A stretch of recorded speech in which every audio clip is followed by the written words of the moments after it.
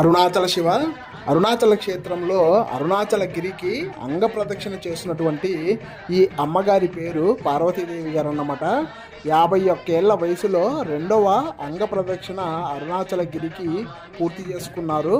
వీరు మన channel subscriber కూడాను. ఇలాంటి మహాత్ములకు మా పాదాభివందనాలు.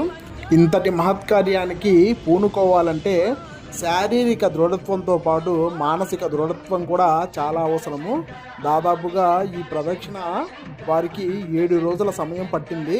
ఒక 4 రోజుల ముందు రాత్రి వేళ నేను గిరి ప్రదక్షిణ చేస్తున్నప్పుడు అమ్మగారు ఈ విధంగా కనపడ్డారన్నమాట.